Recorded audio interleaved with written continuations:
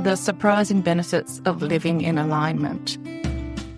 Welcome to Aligned and Thriving, the podcast that has strategies for work-life balance. I'm your host, Judith Botel, and I'm so happy to have you join me today. This is the final episode of 3 that will set the foundation for the conversations we will have on Aligned and Thriving. These are with people who have developed a range of long-term strategies to create work-life balance in a way that is meaningful for them. If you are truly challenged with work-life balance or have lost meaning and purpose in your working life, I encourage you to take the time to listen to these first 2 episodes to understand why this is happening, that it is completely normal, and what you can do to make your life more fulfilling. Today we are going to dive more into the positive outcomes and benefits that come with aligning with one's values. I founded my career coaching and leadership development business, Albany Lane, with the belief that everyone can make positive change in their working lives. And through working with hundreds of clients, I have proof that this is true.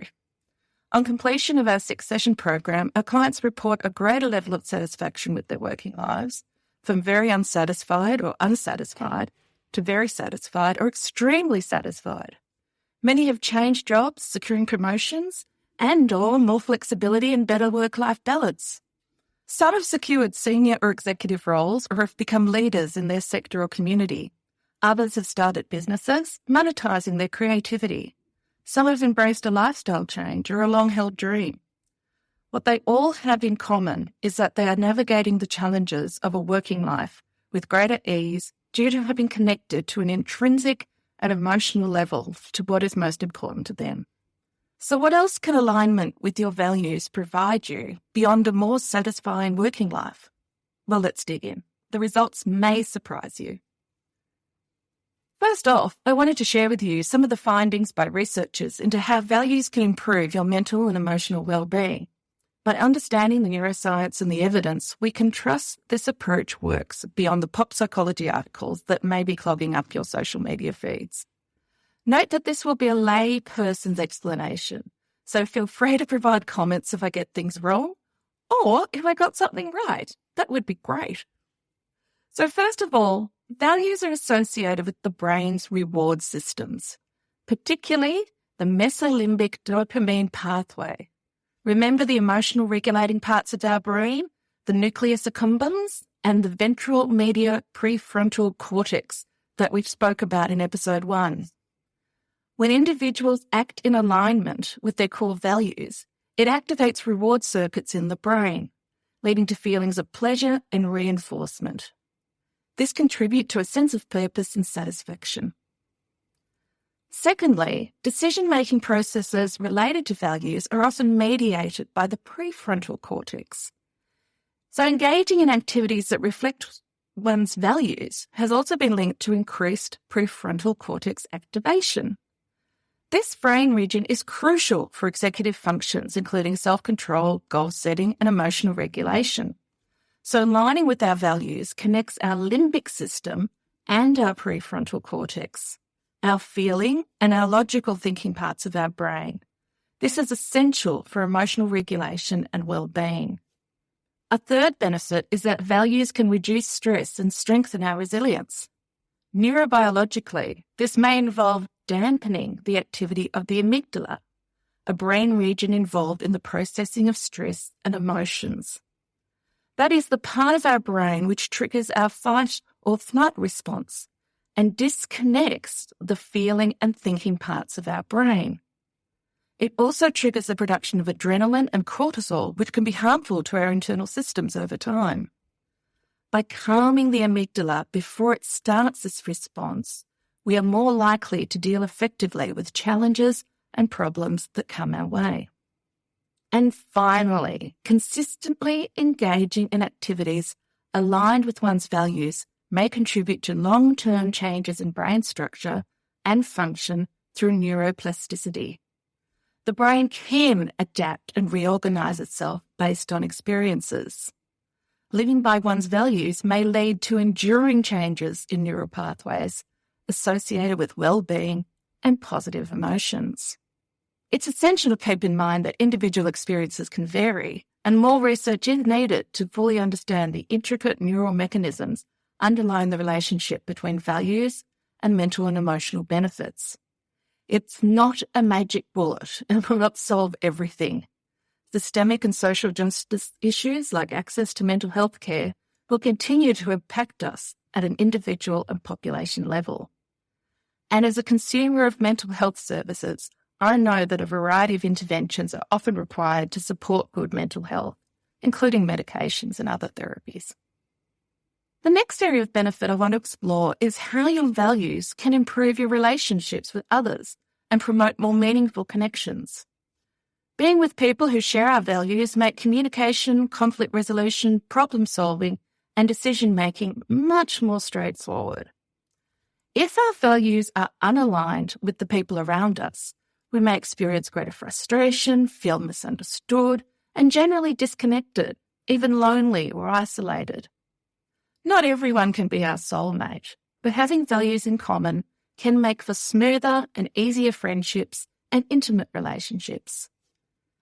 For me, I've found that values greatly improve my understanding and acceptance of changes in friendships over the years.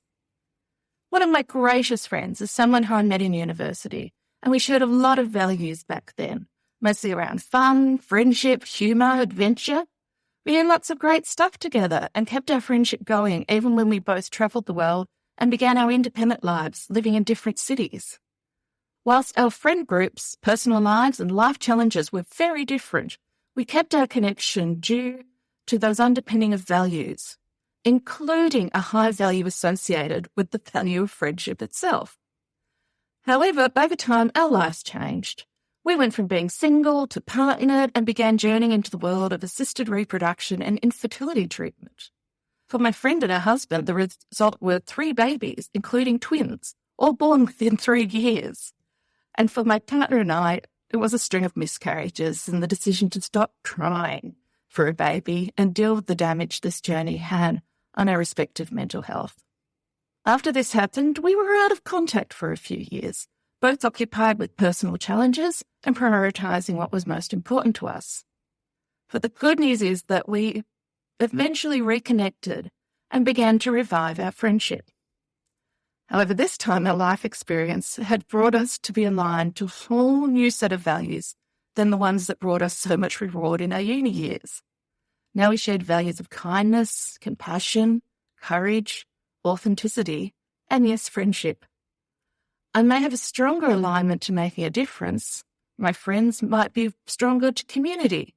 So there are differences, but where we connect makes for a wonderful and supportive relationship that I treasure and go out of my way to cultivate. I have had the same experience with other friends over the years. Where we share a common value, we can reconnect, even with years apart. This is especially so with my school friends, who I rarely see, but sometimes we reach out when someone is celebrating or going through a rough time. We often discuss how growing up with shared values of social equity and justice had a major impact in our lives, affecting our decision-making, political affiliations, causes we support, and for some of us, the careers we pursued. I also have found that your friends and even your intimate partner do not have to share all of your values, and that different people connect with you in different ways. I have friends and colleagues where we connect on the value of art and creativity, and others on fairness and social equity. Each relationship is enriching in its own ways. In social settings, I also find that being able to assume some shared values provides me with an extra sense of safety and ability to be my authentic self. For example, I was a volunteer for the Yes 23 campaign, supporting the Yes vote on the referendum to create a First Nations voice to the Australian Parliament. As we inevitably ended up at the pub to watch the Prime Minister concede that the Yes vote had lost, it was something to be with others who were also disappointed and upset by the outcome. Afterwards, I had some great conversations with people I had never met about the campaign, and I felt totally safe in a way that is rare when you are in a room with strangers. I believe this safety, and therefore the connection, came from knowing that the people around me shared my values of fairness, equality, justice, kindness, and compassion. It is a rare experience to have, and maybe the closest example I can give is when we share a great sporting achievement. For example, Kathy Freeman striding home to victory in her superhero suit in the 400-metre race at the 2000 Sydney Olympics. Or Ash Barty having a winning Barty party at Wimbledon in 2021. And of course, who can forget that penalty shootout where our Matildas won over France in the World Cup quarterfinal this year? A shared experience that will forever redefine what nail-biting really means. So again, why does this happen? Our good friends in neuroscience have a few ideas. Shared values have been linked to increased empathy in social interactions.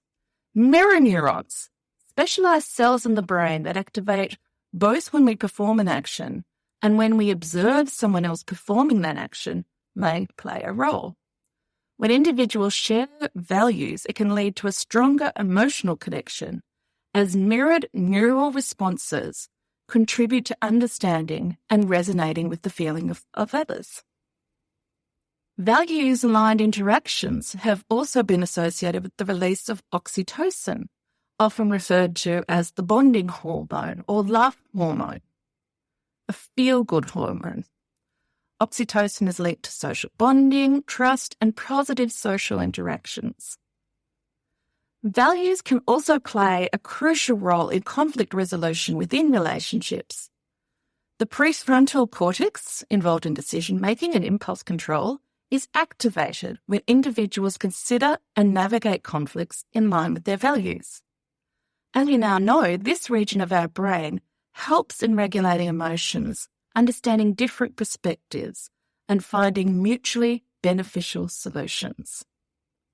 Engaging in activities or behaviours that align with shared values activates the brain's reward circuitry, which includes the release of neurotransmitters like dopamine.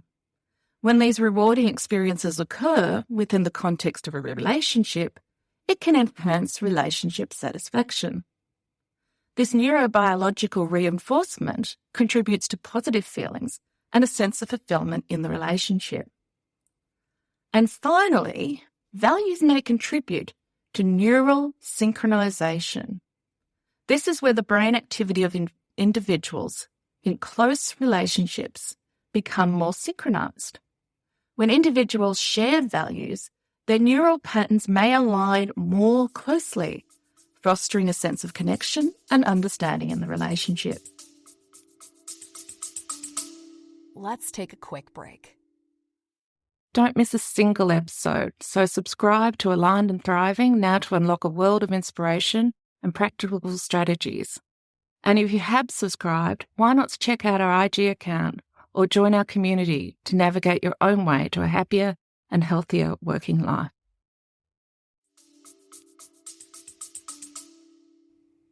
That's all pretty impressive, but it's really important to note that while neuroscience provides valuable insights, the richness and complexity of human relationships involve a combination of psychological, social, and cultural factors.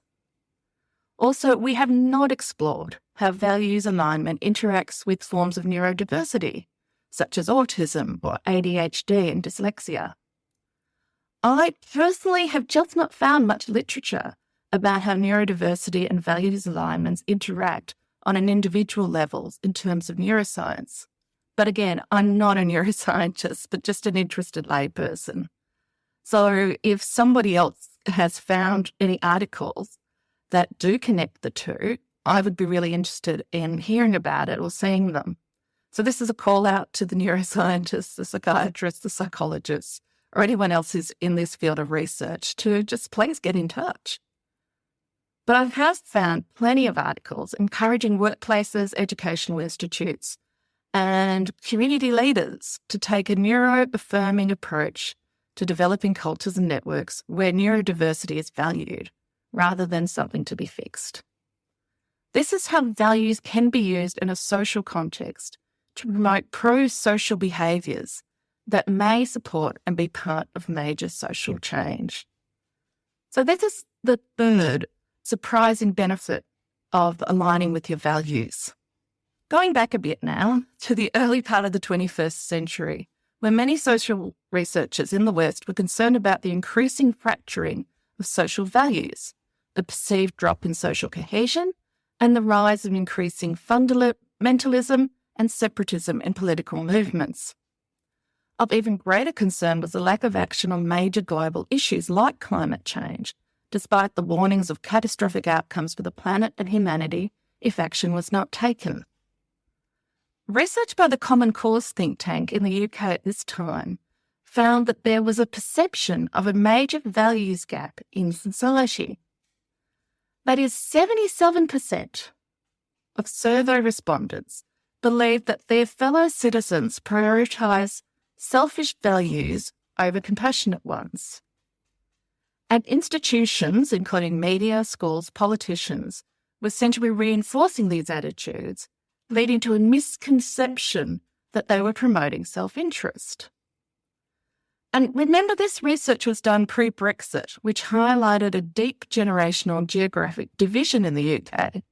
However, the research also found that positive social and communal change is possible by promoting compassionate values through role models, conveying accurate information about others' values and challenging assumptions. Institutions and individuals can actively engage in these strategies to reshape societal perceptions, foster public concern about social and environmental challenges, and reduce their feelings of apathy and alienation. The public response to the COVID pandemic in 2020 highlighted just how this can be done, with public figures promoting communal action and care for others. NHS staff became public heroes, and for a moment in time, the UK and other countries turned from the question of what is best for me to what is best for us. So was this a once-in-a-lifetime event where kindness trumped selfishness? According to work by the Public Interest Research Centre, individuals are more open to acting in line with the values that connect and support us as a collective than we think we are. That is contrary to our shared belief that we will always take the most selfish course of action. If issues are framed as values-based, we will be more likely to take pro-social actions than not.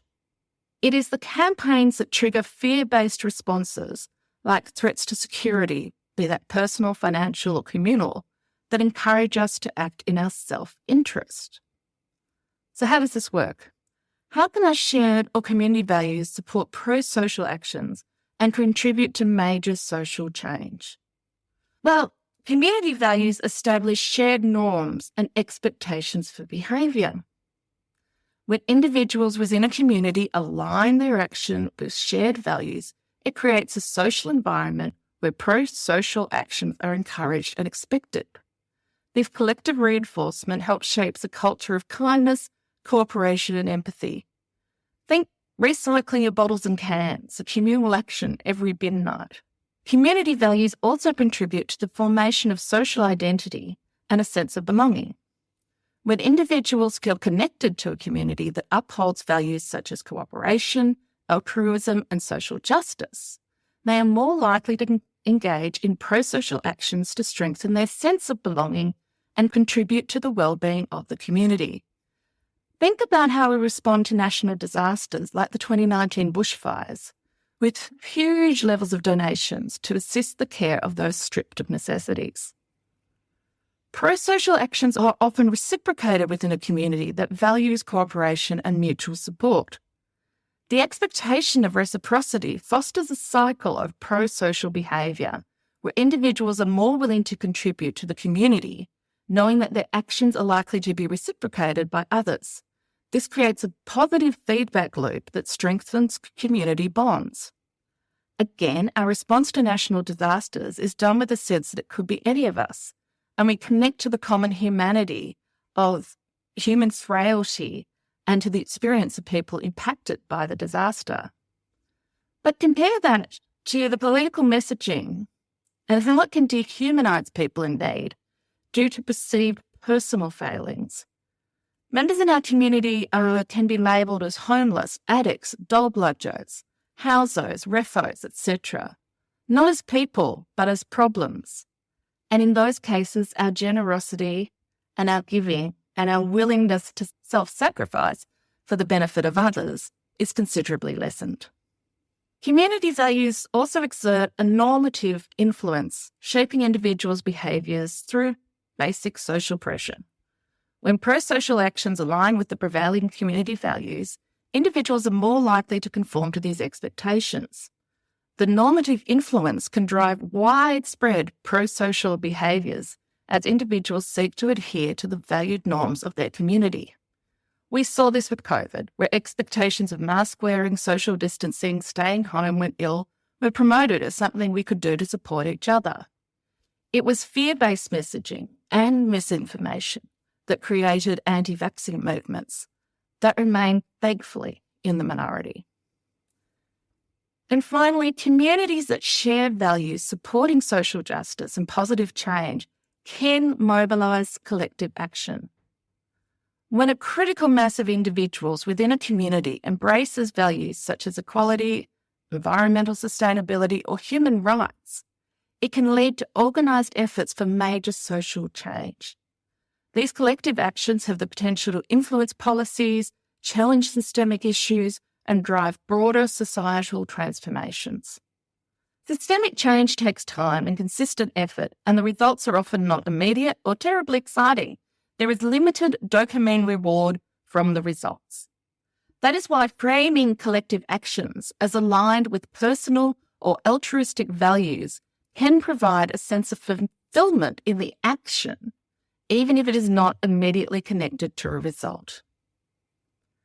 So, in summary, community values provide a foundational framework that shapes individual behaviours, fosters a sense of belonging and reciprocity, exerts normative influence, and facilitates collective action for positive social change.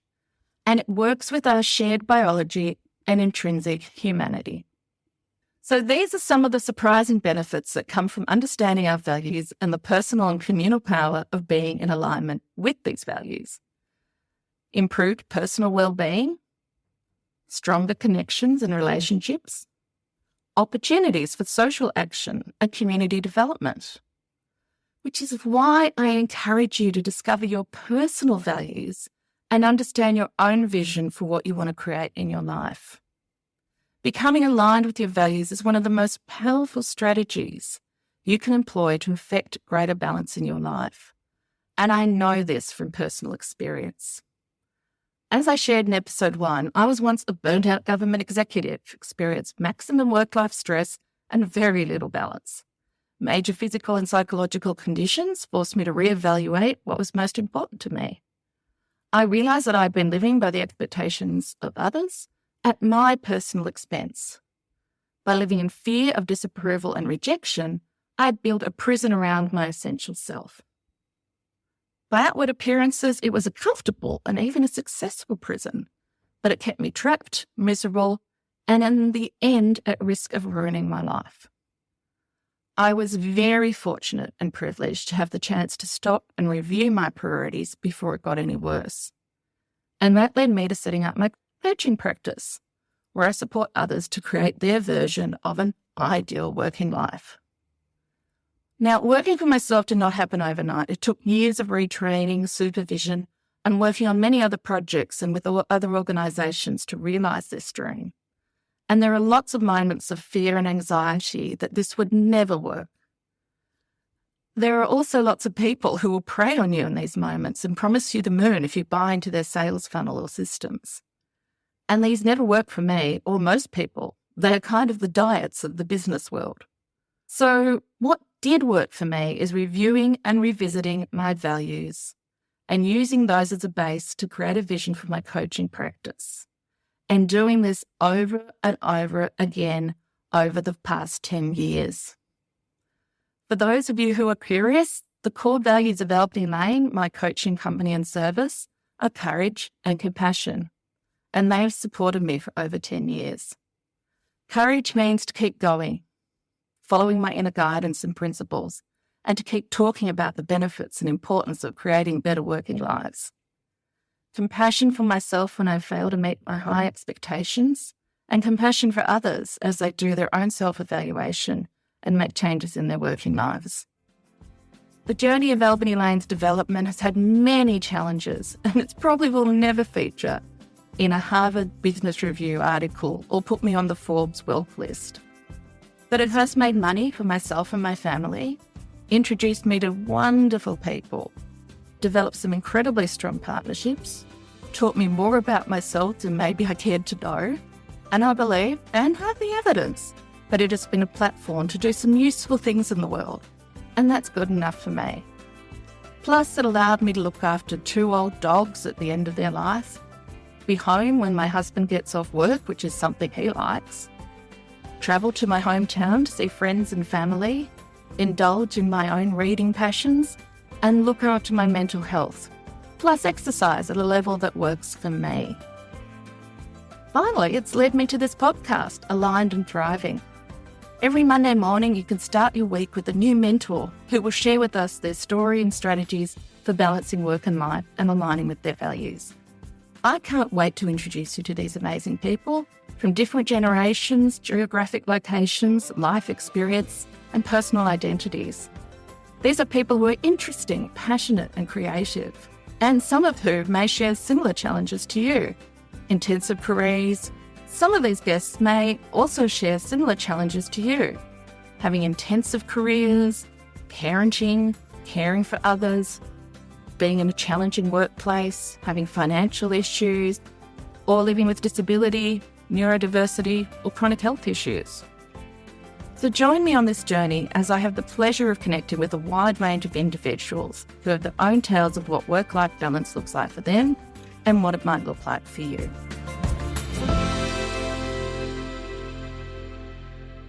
Don't miss a single episode, so subscribe to Aligned and Thriving now to unlock a world of inspiration and practical strategies. And if you have subscribed, why not check out our IG account or join our community to navigate your own way to a happier and healthier working life.